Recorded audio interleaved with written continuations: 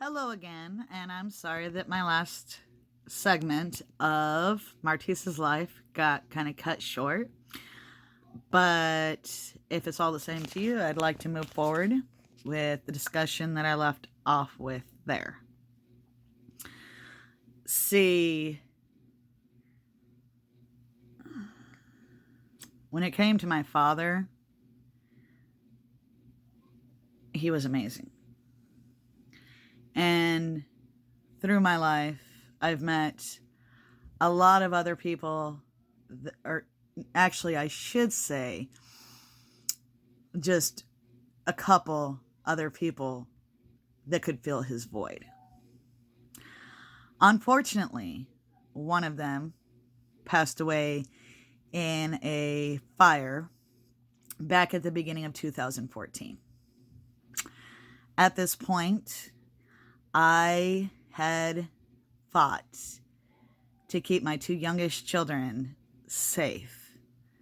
And I had left a very toxic individual and moved in with one of my friends that had actually moved out to, or was in the process of moving out to the farm where this older gentleman resided. She also perished in the fire. So, my children and I went from average everyday life to losing 5 people in one foul sweep. And I know I'm not the only person that has faced this type of stuff. And, it would have been hard enough dealing with it on my own. But being a mother and having to see the pain that this brought my children, it only made it worse. Because 2 out of those 5 people happened to be children that my children were very close to. And they were gone. They were gone well before their time. And like the older gentleman that I mentioned, him and I were so close that my daughter called him Grandpa. And so to all that in one foul sweep, that'd probably be the point in my life that I came the closest to losing me. But one day, I'm standing there at the refrigerator, and my youngest son, he was only 2, and I was filling his sippy. And I realized that as I handed him that sippy cup, I didn't feel that bond. You know, that bond that you always feel as a parent to your child, no matter what you're doing. You just kind of always feel a little bond to them. It was gone. And it was at that point that I realized that I had been running on autopilot. I can't even tell you how long it had been, because I had been in just a complete state of shock and depression. But it didn't matter how long. What mattered was, what was I going to do from that point forward to change that? And I was in therapy because I'm not afraid to get the help I need when I need it. And obviously, going through something that damaging, you have to go through therapy. And I looked at my therapist and I explained this story to her. And I told her, I said, so I'm on my way back. This amazed her. And she couldn't believe that I had the strength or the ability to realize it on my own and to choose to take care of it on my own.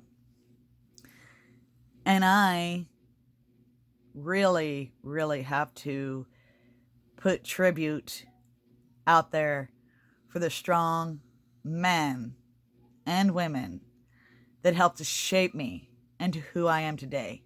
If it wasn't for them, I honestly know I would have been lost. I wouldn't have continued being the mother or the person I am. I wouldn't have been able to move forward. It still brings me a lot of pain. But I still love my children. And I still put them first. So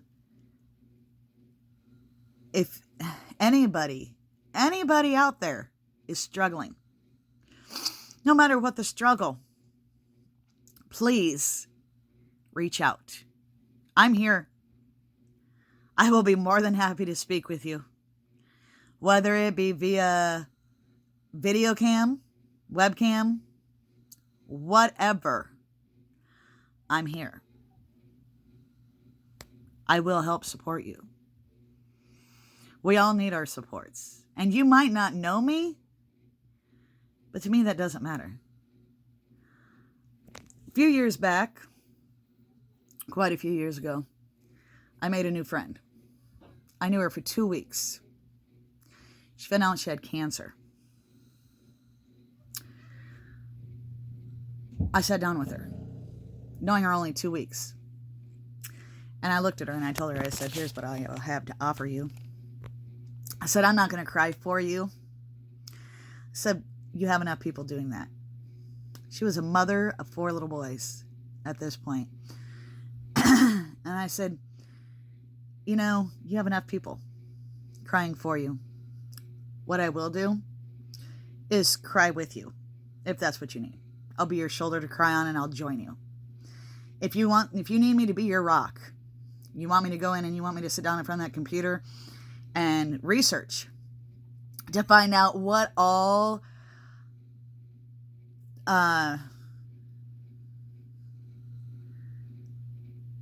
treatments there are that you could go through, that you might be facing, I'm there. If you need me to be your rock, your support, and to go to your doctor's appointments with you, I'm there. Those are the things that I felt were most detrimental to her in her situation. Well, I did just as I said. And when it came time for her to go to have surgery, I was there for her. I was the one that drove her to the hospital. I was the one that on our way to the hospital, which was like an hour and a half away, she popped my car in reverse, or into neutral, sorry, and told me to turn back. She was scared to death. And I had to step up and I had to be her rock. I had to look at her and say, you know, honey, as much as I would love nothing more than to be able to do that and have the security of knowing that you were healthy and knowing that we didn't have to worry about taking you to the hospital, it just can't be done at this time. The best thing for you is to go. And as I popped my car back into drive and continued on my way. That day, the hospital staff did not treat her with the respect that she deserved. They did not treat her like she was a human being. I got to witness firsthand what everybody talks about of when you have cancer, the hospital staff acts like they don't care. Well, that defeats the purpose of being the hospital staff. Because one of the reasons that you go into any field in the hospital, it shouldn't be about money. It should be about because you care about humans. You care about the care that people get. Anyways, so I had planned on staying with her through the night. I had planned knowing darn good and well that I'd probably be joining her if she was throwing up. Something I just can't be around without doing it myself. But I planned to stay with her, and I planned that if she got sick in the night, I would hold her hair back. I was going to be there come hell or high water. Excuse my language for that word. Sorry. But it is what it is. So the hospital staff had severe miscommunications, which I'm sure we can all agree is another huge problem in today's society, is communication is not strong. Communication is failing in every which direction. So after her, actually when she was up in surgery, the hospital staff comes to me and tells me that I have to leave. This broke my heart because I didn't feel anybody should have to go through something like that by themselves. But I did, as I was told, and I left. Well, when she got out of surgery, the hospital staff went looking for me when she asked for me. Whoa, gee, they couldn't find me. I wonder why. And the next day when I returned to the hospital, because I did return to the hospital, I wasn't leaving her by herself. I hated leaving that night. When I returned to the hospital, I found out that she had asked for me. They went looking for me. I couldn't understand that. I still don't respect it. And as we were leaving the hospital, we had their youngest son with us. And I asked them to wait for me a little past the nurse's station. And I went back to the nurse's station. And I laid into them verbally. And I let them know that the actions that they took left my friend completely isolated, completely alone. It didn't matter if she was in a room with other people, because that's the reason they told me to leave, was because the room that she was going to be utilizing was going to be shared. That shouldn't matter. I wasn't there to cause havoc. I was there to support my friend. And the actions of the hospital really broke my heart on her behalf. And I thanked them. And they couldn't understand what I meant. They were like, oh, you're welcome. And I was like, oh, no. You have to understand something. This thank you is not actually a thank you. I am thanking you for joining today's society and choosing to take the low road instead of the high road. The high road, it might be a little harder to travel. It's oftentimes a lot more rocky. But in the end, it's so much more worth it. We all know what's going on today. So what we need to do is figure out what we can do to improve it.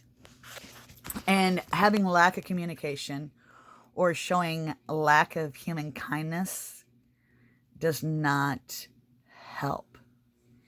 We all have to be willing to step up. We all have to be willing to play our roles. And we all have to be willing, to go that extra mile and help people, no matter what the cost.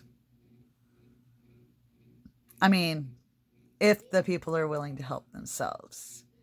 I've also witnessed a lot of people that aren't willing to help themselves. In those cases, you have to know when to walk away. It's not easy at all. It's oftentimes hard. And I'm speaking as the daughter of a Marine who was taught to never give up. And I have a very, very hard time giving up. And I have a habit of caring about everybody. I can find something to love everybody with. But there are the times where you have to make some hard choices. So don't be afraid to make those hard choices. Don't be afraid to leave a bad situation. It's not always easy. But like I said, in the end, it's worth it. And as I said, I'm here to support you. If you want to talk to me, just ask. I'm here. You guys have a wonderful day.